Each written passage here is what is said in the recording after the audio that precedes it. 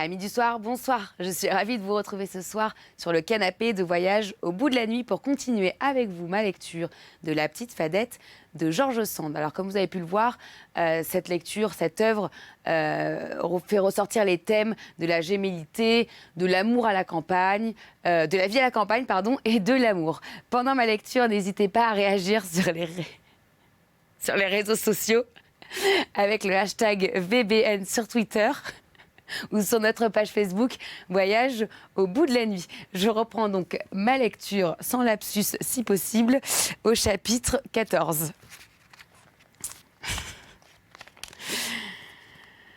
Landry trouva d'abord l'idée de la Fadette si drôle qu'il pensa à en rire plus qu'à s'en fâcher. Voilà, se dit-il, une fille plus folle que méchante et plus désintéressée qu'on ne croirait, car son paiement ne ruinera pas ma famille. Mais en y songeant, il trouva l'acquit de sa dette plus dur que la chose ne semblait. La petite Fadette dansait très bien. Il l'avait vue gambiller dans les champs ou sur le bord des chemins avec les patours.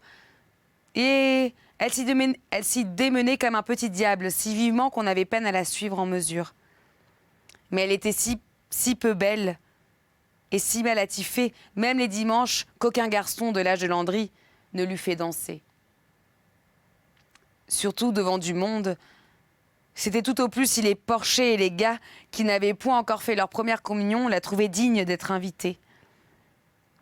Et les belles de campagne n'aimaient point à la voir dans leur danse. Landry se sentit donc tout à fait humilié d'être voué à une pareille danseuse. Et quand il se souvint qu'il s'était fait promettre au moins 3 bourrées par la belle Madelon, il ne se demanda comment elle prenait l'affront qu'il serait forcé de lui faire en ne les réclamant point. Comme il avait froid et faim, et qu'il craignait toujours de voir le follet se mettre après lui, il marcha vite sans trop songer et sans regarder derrière lui.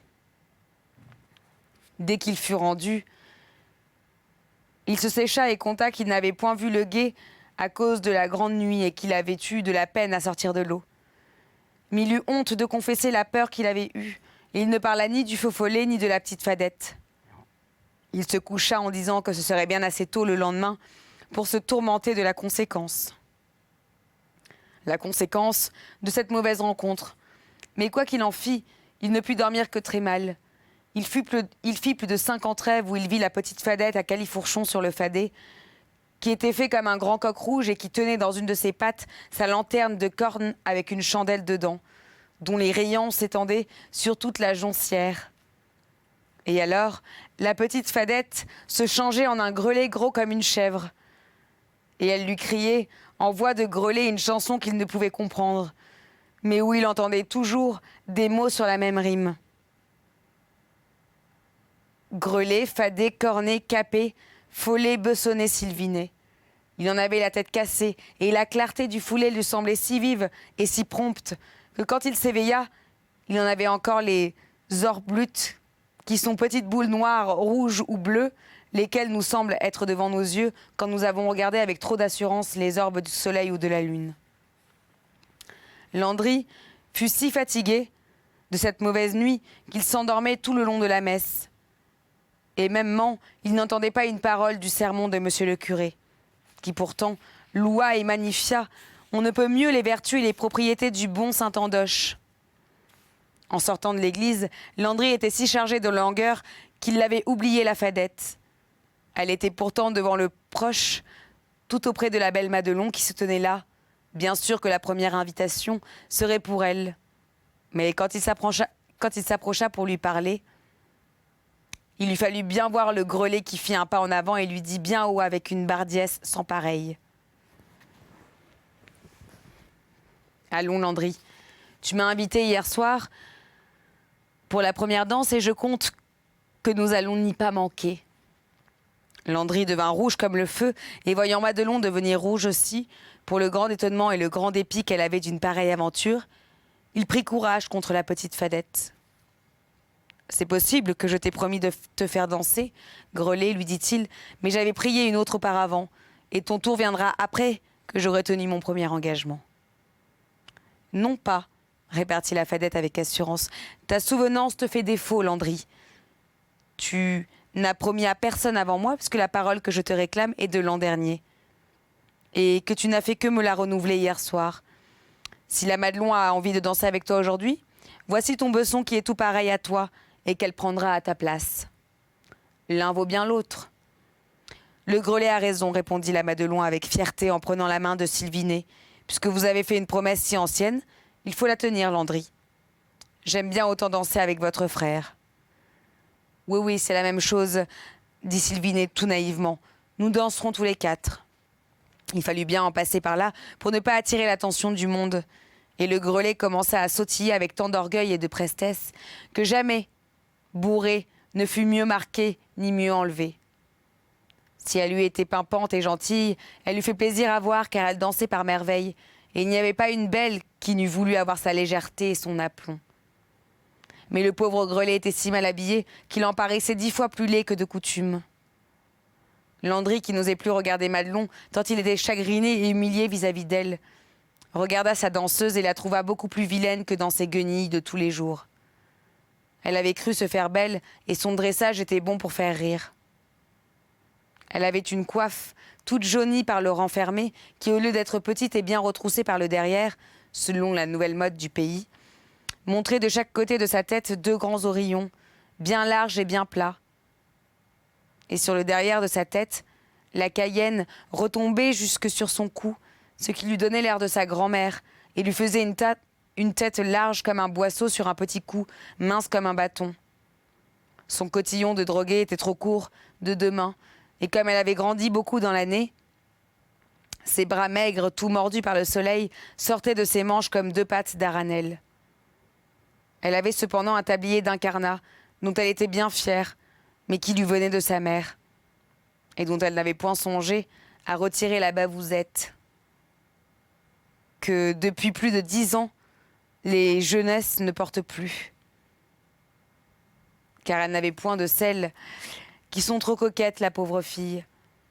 Elle ne l'était pas assez et vivait comme un garçon, sans souci de sa figure. Et n'aimant que le jeu et la risée, aussi avait-elle l'air d'une vieille endimanchée, et on la méprisait pour sa mauvaise tenue, qui n'était point commandée par la misère mais par l'avarice de sa grand-mère et le manque de goût de la petite fille. Chapitre 15. Sylvinet trouvait étrange que son besson eût pris fantaisie de cette fadette, que pour son compte. Il l'aimait encore moins que Landry ne faisait. Landry ne savait comment expliquer la chose, et il aurait voulu se cacher sous terre. La Madelon était bien malcontente, et malgré l'entrain que la petite fadette forçait leurs jambes de prendre, leur figure était si triste qu'on eût dit qu'ils portaient le diable en terre. Aussitôt la fin de la première danse, Landry s'esquiva et alla se cacher dans son ouche. Mais au bout d'un instant, la petite fadette, escortée du sauteriot, qui pour ce qu'il avait une plume de paon et un gland de faux or à sa casquette, était plus rageur et plus braillard que de coutume. Vient bientôt de relancer, amenant une bande de drôlesses, plus jeune qu'elle, car celle de son âge ne la fréquentait guère. Quand Landry la vit avec toute cette volaille, qu'elle comptait prendre à témoin, en cas de refus, il se soumit et la conduisit sous les noyers, où il aurait bien voulu trouver un coin pour danser avec elle sans être remarqué. Par bonheur pour lui, ni Madelon ni Sylvinet n'étaient de ce côté-là, ni les gens de l'endroit. Et il voulut profiter de l'occasion pour remplir sa tâche et danser la 3e bourrée avec la fadette. Il y avait autour d'eux que des étrangers qui n'y firent pas grande attention. Sitôt qu'il eut fini, il courut chercher Madelon pour l'inviter à venir sous la ramée, manger de la fromentée avec lui. Mais elle avait dansé avec d'autres, qui lui avaient fait promettre de se laisser régaler, et elle le refusa un peu fièrement. Puis, voyant qu'il se tenait dans un coin avec des yeux tout remplis de larmes, car le dépit et la fierté la rendaient plus jolie que jamais, elle ne lui avait semblé, et que l'on eût dit que tout le monde en faisant la remarque. Elle mangea vite, se leva de table et dit tout haut : « Voilà les vêpres qui sonnent. Avec qui vais-je danser après ?» Elle s'était tournée du côté de Landry, content qu'il dirait bien vite « Avec moi ». Mais avant qu'il eût pu desserrer les dents, d'autres s'étaient offerts, et la Madelon, sans gagner, lui envoyait un regard de reproche ou de pitié, s'en alla à Vêpres avec ses nouveaux galants. Du plus vite que les vêpres furent chantées, la Madelon partit avec Pierre au bardeau, suivi de Jean à la Denise et d'Étienne à la Philippe, qui tous trois la firent danser l'un après l'autre, Elle n'en pouvait manquer, étant belle fille et non sans avoir. Landry la regardait du coin de l'œil et la petite Fadette était restée dans l'église, disant de longues prières après les autres. Et elle faisait ainsi tous les dimanches, soit par grande dévotion selon les uns, soit selon d'autres pour mieux cacher son jeu avec le diable. Landry fut bien peiné de voir que la Madelon ne montrait aucun souci à son endroit, qu'elle était rouge de plaisir comme une fraise, et qu'elle se consolait très bien de l'affront qu'il s'était vu forcé de lui faire. Il s'avisa alors de ce qui ne lui était pas encore venu à l'idée, à savoir qu'elle pouvait bien se ressentir d'un peu beaucoup de coquetterie, et que dans tous les cas, elle n'avait pas pour lui grande attache puisqu'elle s'amusait si bien sans lui. Il est vrai qu'il ne savait dans son tort, du moins par apparence, mais elle l'avait vu bien chagrinée sous la ramée, et elle aurait pu deviner qu'il y avait là-dessous quelque chose qu'il aurait voulu pouvoir lui expliquer. Elle ne s'en souciait mis, pourtant, et elle était gaie comme un biquet, quand son cœur à lui se fendait de chagrin. Quand elle eut contenté ses trois danseurs, Landry s'approcha d'elle, désirant lui parler en secret et se justifier de son mieux. Il ne savait comment s'y prendre pour l'emmener à l'écart, car il était encore dans l'âge où l'on n'a guère de courage avec les femmes. Aussi, ne peut-il trouver aucune parole à propos et la prit par la main pour s'en faire suivre. Mais elle lui dit d'un air moitié dépit, moitié pardon. « Oui, Da, Landry, tu viens donc me faire danser à la fin ?»« Non, pas danser, répondit-il, car il ne savait pas feindre et n'avait plus l'idée de manquer à sa parole, mais vous dire quelque chose que vous ne pouvez pas refuser d'entendre. »« Oh, si tu as un secret à me dire, Landry, ce sera pour une autre fois, » répondit Madelon en lui retirant sa main. « C'est aujourd'hui le jour de danser et de se divertir. Je ne suis pas encore à bout de mes jambes, et puisque le grelet a usé les tiennes, va te coucher si tu veux. Moi, je reste. » Là-dessus, elle accepta l'offre de Germain Audoux, qui venait pour la faire danser.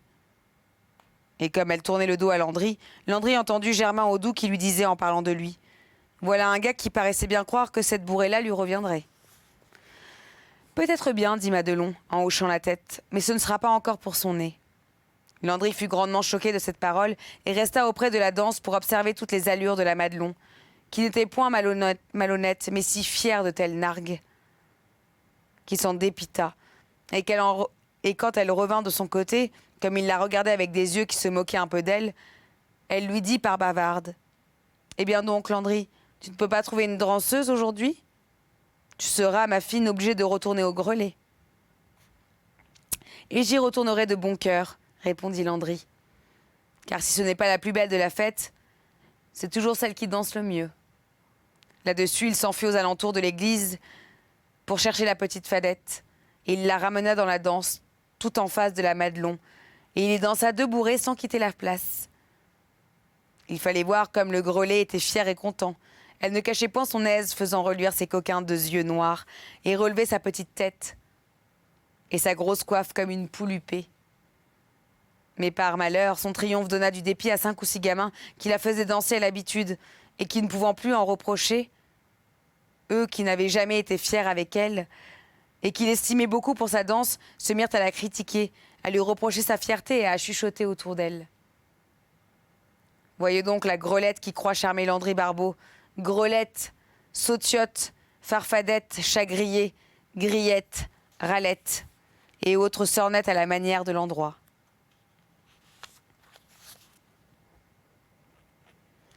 Chapitre 16. Et puis, quand la petite Fadette passait auprès d'eux, ils lui tiraient sa manche ou avançaient leurs pieds pour la faire tomber. Il y en avait des plus jeunes, 100 ans et des moins bien appris qui frappaient sur l'orillon de sa coiffe et la lui faisaient virer d'une oreille à l'autre en criant « Au grand calot à la mère Fadée !» Le pauvre grelet allongea 5 ou 6 tapes à droite ou à gauche, mais tout cela ne servit qu'à attirer l'attention de son côté. Et les personnes de l'endroit commencèrent à se dire « Mais voyez donc notre grelette, comme elle a de la chance aujourd'hui que Landry Barbeau l'a fait danser à tout moment. C'est vrai qu'elle danse bien. Mais la voilà qui fait la belle fille et qui se carre comme une agace. Et parlant à Landry, il n'y en eut qu'y dire. Elle t'a donc jeté un sort, mon pauvre Landry, que tu ne regardes qu'elle. Ou bien c'est que tu veux passer sorcier et que bientôt nous te verrons mener les loups au champ. Landry fut mortifié, mais Sylvinet, qui ne voyait rien de plus excellent et de plus estimable que son frère, le fit encore davantage de voir qu'il se donnait en risée à tout le monde et à des étrangers qui commençaient aussi à s'en mêler, à faire des questions et à dire « C'est bien un beau gars, mais tout de même, il a une drôle d'idée de se coiffer de la plus vilaine qu'il n'y ait, pas dans toute l'assemblée. » La Madelon vint d'un air de triomphe écouter toutes ces moqueries. Et sans charité, elle y mêla son mot. « Que voulez-vous » dit-elle. « Landry est encore un petit enfant, et à son âge, pourvu qu'on trouve à lui parler, on ne regarde pas si c'est une tête de chèvre ou une figure chrétienne. » Sylvinet prit alors Landry par le bras en lui disant tout bas « Allons-nous-en, frère, ou bien il faudra nous fâcher, car on se moque, et l'insulte qu'on fait à la petite Fadette revient sur toi. Je ne sais pas quelle idée t'as pris aujourd'hui de la faire danser 4 ou 5 fois de suite. On dirait que tu cherches le ridicule. Finis cet amusement-là, je t'en prie. C'est bon pour elle de s'exposer aux duretés et au mépris du monde. Elle ne cherche que cela. Et c'est son goût, mais ce n'est pas le nôtre. Allons-nous-en, nous reviendrons après l'Angélus et tu feras danser la Madelon qui est une fille bien, comme il faut. Je t'ai toujours dit que tu aimais trop la danse et que cela te ferait faire des choses sans raison. » Landry le suivit 2 ou 3 pas, mais il se retourna en attendant une grande clameur. Et il vit la petite Fadette que Madelon et les autres filles avaient livrée aux moqueries de leurs galants et que les gamins, encouragés par les risées qu'on en faisait, venaient de décoiffer d'un coup de poing. Elle avait ses grands cheveux noirs qui pendaient sur son dos et se débattait tout en colère et en chagrin, car cette fois, elle n'avait rien dit qui lui méritait d'être tant maltraitée. Et elle pleurait de rage, sans pouvoir attraper sa coiffe qu'un méchant galopin emportait au bout d'un bâton.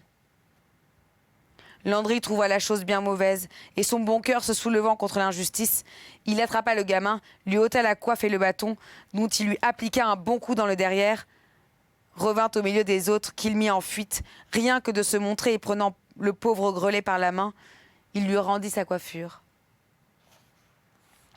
La vivacité de Landry et la peur des gamins firent grandement rire les assistants. On applaudissait à Landry, mais la Madelon, tournant la chose contre lui, il y eut des garçons à l'âge de Landry et même des plus âgés qui hurlèrent de rire à ses dépens. Landry avait perdu sa honte.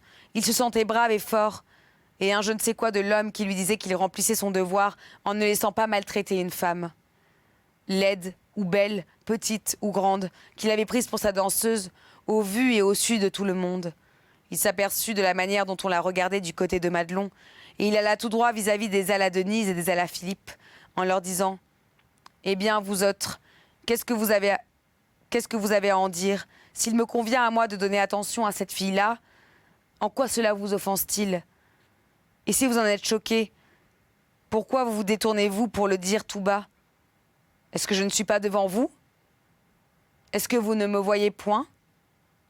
On a dit par ici que j'étais encore un petit enfant, mais il n'y a pas par ici un homme ou seulement un grand garçon qui me l'ait dit en face. J'attends qu'on me parle, et nous verrons si l'on molestera la fille que ce petit enfant fait danser. » Sylvinet n'avait pas quitté son frère, et quoiqu'il ne l'approuvât point d'avoir soulevé cette querelle, il se tenait tout prêt à le soutenir. Il y avait là 4 ou 5 grandes jeunes gens qui avaient la tête de plus que les bessons. Mais quand ils les virent si résolus, et comme au fond se battre pour si peu était à considérer, ils ne soufflèrent mot et se regardèrent les uns les autres, comme pour se demander lequel avait eu l'intention de se mesurer à Landry.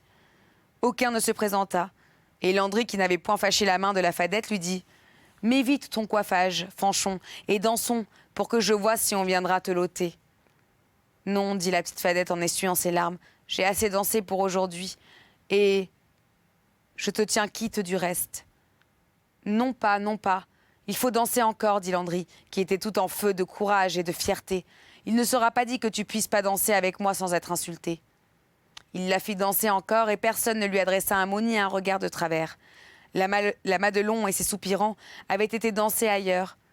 Après s'être bourrée, la petite Fadette dit tout bas à Landry. « À présent, c'est assez, Landry. Je suis contente de toi et je te rends ta parole. Je retourne à la maison. Danse avec qui tu voudras ce soir. » Et elle s'en alla reprendre son petit frère qui se battait avec les autres enfants et s'en alla si vite que Landry ne vit pas seulement par où elle se retirait. Et c'est ainsi que se termine le chapitre 16. J'espère que vous avez apprécié cette lecture. Je vous souhaite une excellente nuit et une bonne journée si vous vous levez. A tout de suite sur D8 pour la suite du roman.